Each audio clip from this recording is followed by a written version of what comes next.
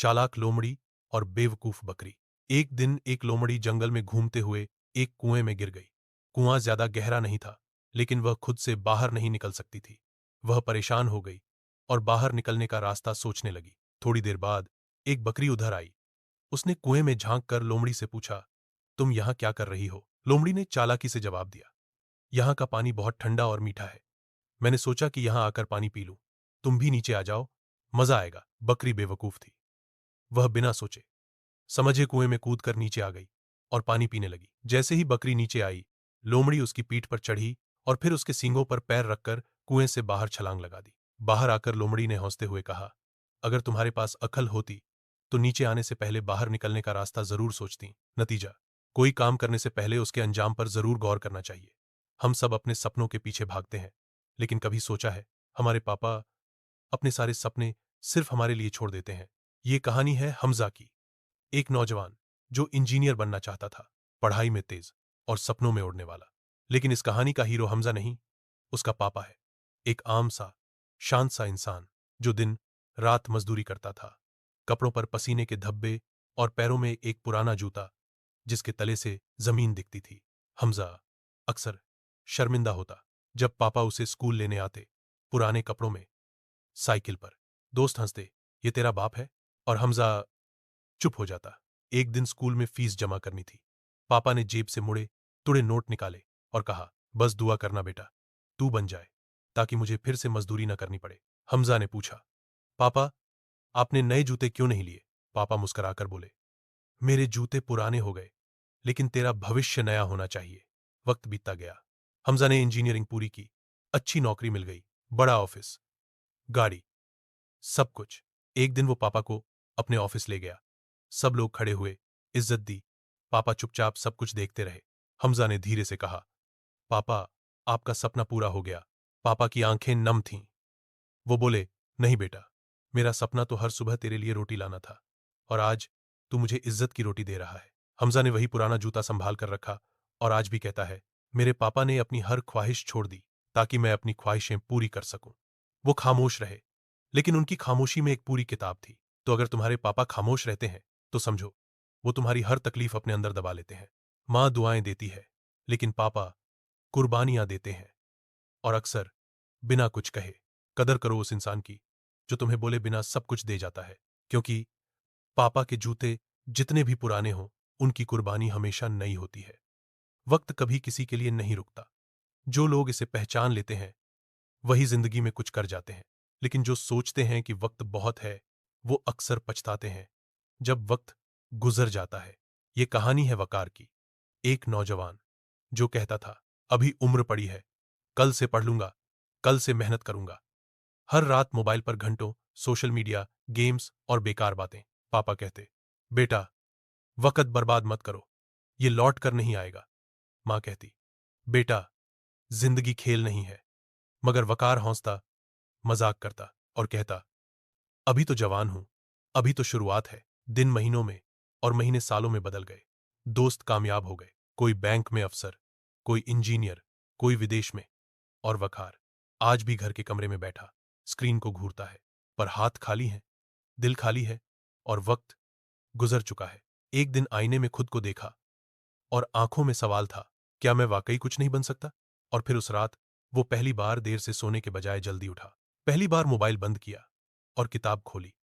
पहला पन्ना मुश्किल था, दूसरा और भी मुश्किल, लेकिन वो पढ़ता रहा। दिन, हफ्ते, महीने, और आखिरकार वो दिन आया जब वकार ने सिर उठाकर कहा, मैं देर से जागा हूं, लेकिन जागा जरूर हूं। उसने एक छोटे से संस्थान में नौकरी शुरू की, छोटे कदम उठाए, मगर लगातार। आज वकार एक कामयाब बिजनेसमैन है और वो नौजवानों को सिखाता है, वक्त के पास कोई रहम नहीं। जो पल तुम आज बर्बाद करोगे, कल वो तुम्हारी सबसे बड़ी कमी बन जाएंगे। वो कहता है, तुम रात को मोबाइल बंद करके अपने ख्वाब आंखों में बसा लो, क्योंकि अगर तुमने वक्त को बर्बाद किया तो वक्त तुम्हें बर्बाद कर देगा। तो सुनो, वक्त आज भी तुम्हारे पास है, अभी भी देर नहीं हुई। उठो, खुद से वादा करो कि कल से नहीं, आज से जिंदगी बदलोगे। कभी कभी जिंदगी हमें ऐसे मोड़ पर ले आती है जहां चारों तरफ अंधेरा होता है, न कोई रास्ता, न कोई उम्मीद। यही वक्त होता है असली इंसान बनने का। यह कहानी है नूर की, एक शांत सी लड़की जो हमेशा दूसरों के सपने पूरे करने में लगी रही। बचपन में मां का साया उठ गया, पापा ने दूसरी शादी कर ली और नूर दीवारों के बीच बस एक साया बनकर रह गई। सौतेली मां ताने देती, कितना पढ़ेगी, आखिर में लड़की ही है, बोझ है। लेकिन नूर चुप रहती, हर रात छत पर जाकर आसमान देखती और खुद से एक वादा करती, मैं बोझ नहीं हूं, मैं मिसाल बनूंगी।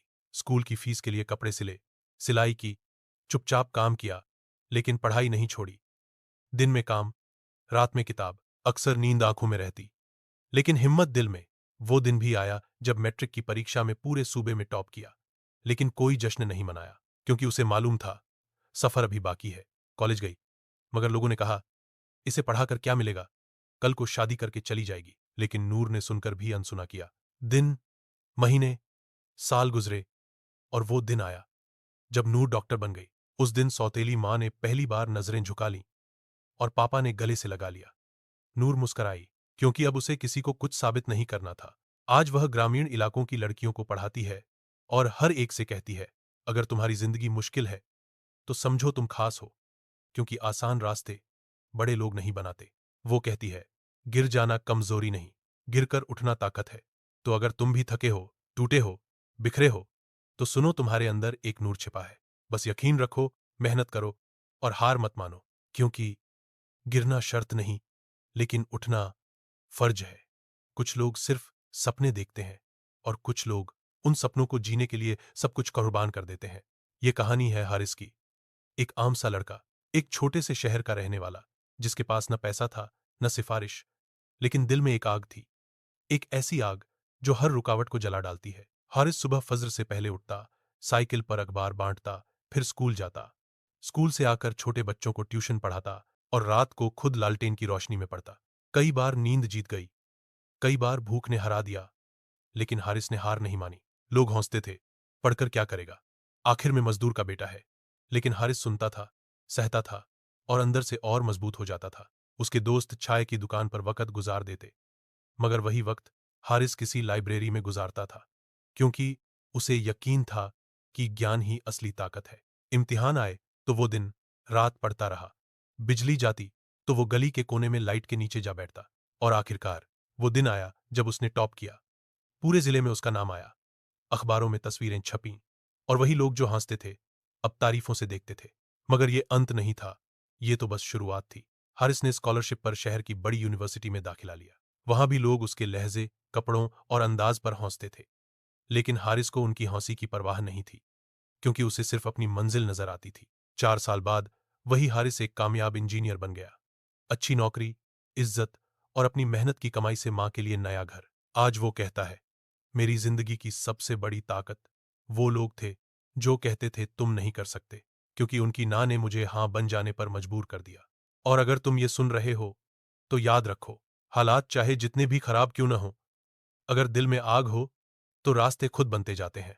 हारिस की तरह तुम भी कुछ कर सकते हो, क्योंकि सपने अभी बाकी हैं।